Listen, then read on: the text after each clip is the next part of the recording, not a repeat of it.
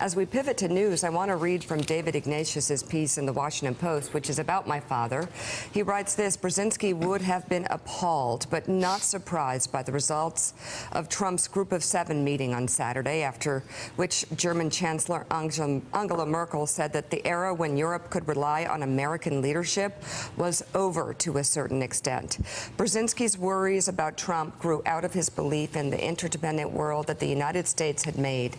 Having seen Western values and freedoms crushed in Poland, he was protective of them. Trump's populism was abhorrent to this son of Polish aristocracy, but it wasn't just that. Brzezinski didn't think Trump understood what a precious creation he was jeopardizing by so recklessly challenging the institutions of the West. And so, Mika, there was a lot of fallout this weekend about that foreign trip. In a tweet, President Trump called his trip a great success, talked about hard work and big results. And that was echoed also by Republican congressmen, including Bob Corker, which was a bit of a surprise, who said it was executed in near perfection. It wasn't. It was he added that President Trump should be commended for the trip's success. James Mattis also defended the president's tough talk. But Andrea Mitchell, I don't really care what politicians in Washington, D.C. are saying about a trip they know was a complete disaster. Embarrassment. You look at the president's actions, you look at the gesture, the ugly you American. looked at the bullying of him pushing the newest member out of the way to get in the front of picture. You look at that awkward handshake with Macron, but more importantly, you have Angela Merkel and her opponent saying, America treated us horribly. We can no longer depend on the United States of America. And Europe's going to have to worry about itself. This is, I said yesterday, and I'd be hard pressed for anybody if somebody can find a more disastrous foreign trip since Kennedy's 1961 summit with Khrushchev. I'd like to know what it was, because this was a disaster. I mean, you know, the European relationship, 70-plus years of the NATO alliance, and the boorish behavior is just so extraordinary, capped by his refusal. I mean, bad enough to not explicitly say that he was committed to Article 5, to the Mutual Defense Treaty, at a commemoration for 9/11, which was the only time in history that NATO did declare Article 5 to come to the defense of the United States of America. And to not commit to the Paris Climate Accord is just so shocking. That's the thing. And he has until June 1st, I guess. He's going to make some decision this week. But the fact that they are wrestling with this, and we saw General Mattis saying over the weekend, well, he's taking it in, he's learned a lot. Everyone trying to give him running room, but he's not going to be bullied into it by his staff, that's for sure. And for all of their bragging about Riyadh and what they did, and it was an interesting experiment in Riyadh, but the fact that they ignored the Sunni sponsored terror and then go to Europe, which has just experienced terror, and see the reluctance to sign on, and the fact that he refused to lecture the Saudis and the other Arab leaders, but did lecture his NATO allies in Europe, is just stunning. It's like we said last week, Willie, he's far more comfortable hanging around autocrats, whether they're in Turkey or whether they're in Russia, wherever they are, than he is with democratically elected leaders in the West. He certainly was much more deferential in that speech in Saudi Arabia than the one he was at NATO. We saw that video, Richard, of President Macron, the handshake where he sort of left President Trump hanging there. And a lot of people read into that. Macron came out yesterday and said, yeah, I was actually sending a message by not walking up to the President of the United States first. But in terms of Angela Merkel's comments, obviously it was at a domestic political event. What would it take for her, the leader of Germany, our great ally, to go out and say that in public? What do you think happened behind the scenes to drive her or put her in that position? What I think came together, Willie, because you're right, this can't be exaggerated. You could hear the tectonic plates of history move the other day. This was big. I think it was a combination of just policy difference after policy difference, from Russia to trade to climate, you name it, just fundamental differences on long-standing areas where the United States and Europe had been mostly in parallel. what Andrea was getting at, the refusal to talk about Article 5, coming against the backdrop where he called NATO obsolete. Basically, what Mr. Trump has succeeded at doing is making conditional what for so long, for generations, was unconditional. And then thirdly, it's the personal.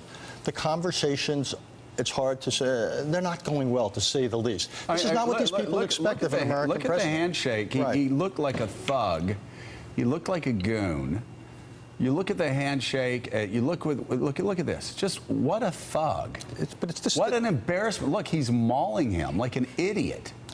You can absolutely. Just what an embarrassment to the United States. Optics matter, and so do the actual conversations. And I think, well, if it were followed by positive conversations, you could just say that he was awkward. But for Merkel to say what she said shows they see no talent. They see absolutely nothing behind the eyes that they can work with. Again, they were so deferential. He was so deferential in Saudi Arabia. So deferential, and he was just the opposite. He was a bull in the china shop of an alliance that was first built with the blood of young Americans and people across the West by freeing the continent, and then, from 1947 forward, we have spent blood, sweat, tears, billions of dollars building an alliance that Donald Trump is willing to throw away because he wants to make points with Vladimir Putin. Well, or wants to make points with his domestic political base, which is what a lot of the European posturing seemed to me, at least as you watched it unfold last week, to be aimed at an audience at home, not to be aimed to the foreign policy establishment, nor to our European allies, but instead kind of playing to the crowd back at home among people who voted for him. But Richard, I wanted to ask you, you said this thing about tectonic plates shifting. I noticed Vali Nasser, the dean of SAIS, tweeted over the weekend. I want to know if we ask you whether you think this rings true to you. He tweeted, in less than 3 months in office, Trump has managed to undo 7 decades of transatlantic relations. Does that seem exaggerated to you or on the nose? It seems basically right. Normally we think of the word legacy as something we write at the end of a presidency. Well, now we can write something of a legacy at the beginning of a presidency. That what he has done is made uncertain what was sure, what was fundamental. And in European eyes, he has essentially pushed them in a direction that for 70 years we tried to prevent, which was Germany and Europe going their own way. The whole lesson of the first half of the 20th century was the United States needed to be inextricably linked to the fate of Europe. And that if Europe was allowed to go its own way, Russia would find benefit for itself. It would pick and choose among them. Germany could be cast adrift, and so forth. And that is what we are setting in motion. It's so interesting. We began the show today with John Kennedy.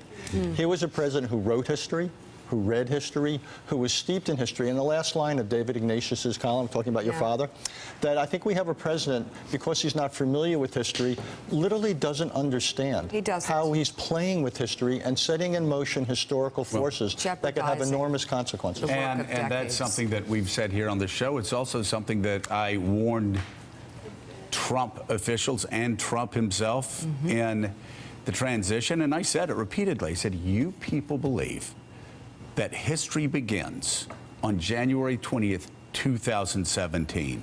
You have got to get a better understanding of what you're stepping into. Because this didn't start with John Kennedy. This started with Harry Truman. It started with a Marshall Plan. It started with containment. It went through Ike and John Kennedy, through Nixon, through Reagan, through Obama. It's gone a long time. And again, in 3 months, all the work of those presidents to continue the line of a strong, free, safe, vibrant Europe that helps the United States. That's the point. It's not a favor we do to Europe. We're not doing a favor for anybody. The Marshall Plan wasn't to help the Europeans. The Marshall Plan was to help in the fight for freedom so the Soviets didn't take over Europe just like the Nazis had taken over Europe. And for some reason, Donald Trump doesn't understand. And we haven't even gotten to Jared and Ivanka and champagne popsicles. Still ahead on Morning Joe. What? Yeah. That tastes good, I bet. Yeah, that's really... I've heard this. All right, President Jimmy Carter is going to join us to talk about Dr. Brzezinski's legacy in U.S. foreign policy. Also, we'll talk to 2 of the journalists who've been leading the way with scoop after scoop on the White House, Robert Costa and Glenn How do you Thrush. like those 2 guys on your trail? You're watching Morning Joe. We'll be right back. Thanks for checking out MSNBC on YouTube, and make sure you subscribe to stay up to date on the day's biggest stories. And you can click on any of the videos around us to watch more from Morning Joe and MSNBC. Thanks so much for watching.